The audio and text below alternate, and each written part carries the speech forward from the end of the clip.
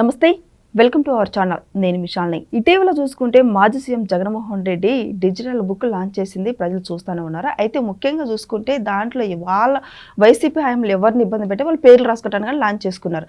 అయితే ఇక్కడ ఇంకొకటి ఏంటి అంటే జగన్మోహన్ రెడ్డి ఏదైతే లాంచ్ చేశారో బుక్లో వాళ్ళ నేతల పేర్లే ఫిర్యాదు చేస్తున్నారు, ప్రజలు మోసం చేశారని. ముఖ్యంగా విడతల రజని ఇది రెండోసారి పేర్లైతే బుక్లో రాసుకునేలా ఫిర్యాదు చేస్తున్నారు.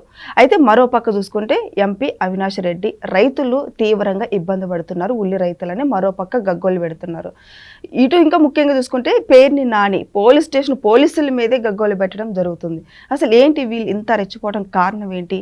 ఇలాంటివన్నీ డిస్కషన్ చేసే ముందు స్టూడియోలో ఉన్నారు ప్రముఖ రాజకీయ విశ్లేషకులు అంకమ్మరావు గారు ఉన్నారు. వారిని అడిగే విషయాలను తెలుసుకునే ప్రయత్నం చేద్దాం. నమస్కారం సార్. నమస్తే సార్, జగన్మోహన్ రెడ్డి పెట్టుకున్న డిజిటల్ బుక్లో వాళ్ళ వైసీపీ నేతలు వాళ్ళ పేర్లే వస్తున్నాయి, రాసుకోవడానికి ఫిర్యాదు చేస్తున్నారు. విడతల రజని చాలా మోసం చేసిందని ఫిర్యాదులు వస్తున్నాయి. మరోపక్క చూసుకుని ఎంపీ అవినాష్ రెడ్డి ఏమో రైతులు తీవ్రంగా ఇబ్బంది పడుతున్నారని మరోపక్క గవర్నర్తో మాట్లాడటం జరుగుతుందని చెప్తున్నారు. ఇటు పేరుని నాని ఏమో గగ్గోలు పెడుతున్నారు, పోలీసుల మీద ఎదురు తిరిగి. అసలు ఏం జరుగుతుంది సార్? వీళ్ళు ఇంత రెచ్చిపోవటం కారణం ఏంటి సార్? అంటే ఆయన ముందుగా బ్లూ బుక్ అన్నాడు, బుక్ ఏమైపోయిందో మనకు తెలియదు. తర్వాత ఇప్పుడు డిజిటల్ బుక్ అంటున్నాడు. ఆ డిజిటల్ బుక్లో ఇప్పుడు 3 మీద ఫిర్యాదులు వచ్చినాయి. 2 ఫిర్యాదులు రజనీ మీద వచ్చినాయి, ఒక ఫిర్యాదు తిప్పేస్వామి మీద రావటం కూడా జరిగింది. ఇక వరుసనే ఒక్కోటి బయటకు వస్తూనే ఉంటాయి. ఆ విషయాలు తీసి పక్కన పడేస్తే ఇక మీరు అన్నారు ఇందాక అవినాష్ రెడ్డి గురించో, లేకపోతే పేరు నాని గురించో, లేకపోతే గుడివాడ అమర్నాథ్ గురించో, లేకపోతే మిగిలిన వాళ్ళు మన బొత్స సత్యనారాయణ మాట్లాడిన దాని గురించి అయినా.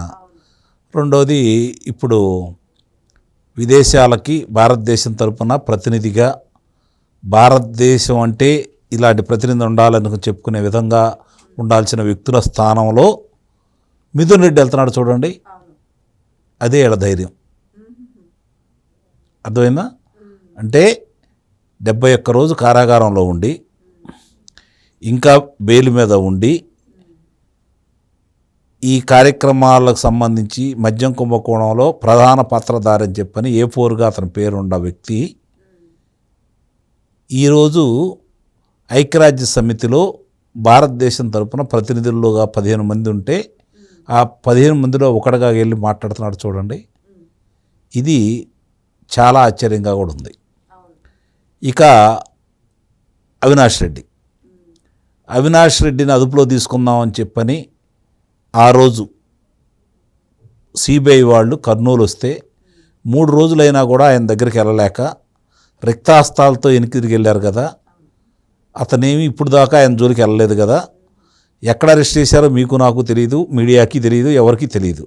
అరెస్ట్ చేశారంట, బెయిల్ మీద విడుదల చేశారంట. అది ఆయన ధైర్యం. అంటే ఇంకా ఆయన అదుపులో తీసుకోవాలని నమ్మకం అయితే ఆయనకు ఉంది కదా, అది ఆయన ధైర్యం. ఇక్కడికి వచ్చేతలకి కారుమూరి నాగేశ్వరరావు అనే అతను మాజీ మంత్రి, తణుకు మాజీ శాసనసభ్యుడు, మాజీ మంత్రి. ఆయన కృష్ణా జిల్లా కాడి నుంచి ఉత్తరాంధ్ర చివరి దాకా ఇళ్లలోంచి బయటికి దాకా కొడతాడంట. ప్రకాశం జిల్లా కాడి నుంచి అనంతపురం జిల్లా దాకా ఇళ్లలోంచి బయటికి రాగి నరుగుతాడంట.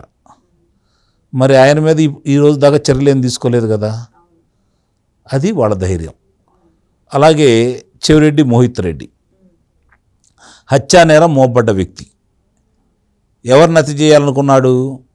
ఇప్పుడున్నటువంటి చంద్రగిరి శాసనసభ్యుడు పులివర్తి నాని. ఆయన మీద దాడి చేశారు, చావంచుల దాకా వెళ్ళి ఆయన బయటకు వచ్చాడు. హత్యానేరం మోపడ్డ వ్యక్తి. అతనికి లుకౌట్ నోటీసులు ఇస్తే విదేశాలకు పారిపోతుంటే బెంగళూరు విమానాశ్రయం నుంచి తీసుకొని వచ్చి స్టేషన్ బెయిల్ ఇచ్చి పంపించారు చూడు, అది వాళ్ళ ధైర్యం. అలాగే ఇక మిగిలిన వాళ్ళందరూ చెప్పుకుంటా ఉంటే ఇష్టాలు. ఇప్పుడు పేరుని నాని, నేను తప్పు చేశాము కాబట్టి మేము దాని కిమ్మత్తు డబ్బులు కడుతున్నాం, మేమే బియ్యాన్ని మాయం చేశామని చెప్పని ఒప్పుకొని డబ్బులు కట్టి వాళ్ళ చట్టం ప్రకారం 10 దాకా కట్టించాలి. అయినా సరే ఉపేక్షించి బెయిల్ మీద బయటికి తిరుగుతున్నాడు. ఇన్నిసార్లు మాట్లాడుతున్నా, రెచ్చగొట్టే విధంగా మాట్లాడుతున్నా, ఇష్టారీతిగా మాట్లాడుతున్నా, అలాంటి వ్యక్తి కూడా ఈరోజు పోలీస్ స్టేషన్కి వచ్చి మాట్లాడే విధంగా ఈ మంచి ప్రభుత్వం నడుస్తుంది కదా. అది వాళ్ళ ధైర్యం. ఇట్లా మనం చెప్పుకుంటా పోతే ఈరోజు వాళ్ళు నిన్న జగన్మోహన్ రెడ్డి ఇప్పటికి అన్ని పర్యటనలకి ఏ పర్యటనకు కూడా ఆయన పోలీసు వారు పెట్టిన నిబంధనలకు అనుగుణంగా వెళ్ళా, అన్ని వైలేషన్ చేస్తూనే ఉన్నాడు ఆయన. అయినా సరే పదే పదే అతనికి భయపడిస్తున్నట్టుగా మళ్ళీ అతనికి పర్యటనలకు అనుమతులు ఇస్తున్నారు, ఆయనకు నిబంధనలు పెడతారు. కానీ నిబంధనలకు విరుద్ధంగా వెళ్తే స్పాట్లో ఆయన ముట్టుకోరు, ఆయన ఇష్టారీతిగా మాట్లాడుతూ ఉంటాడు. మళ్ళీ రేపు అడిగినప్పుడు కూడా ఇట్లానే చేస్తూ ఉంటారు. అది వాళ్ళ ధైర్యం. ఒక్కసారి దానికి సంబంధించినటువంటి చర్యలు తీవ్రంగా తీసుకోగలిగితే చట్ట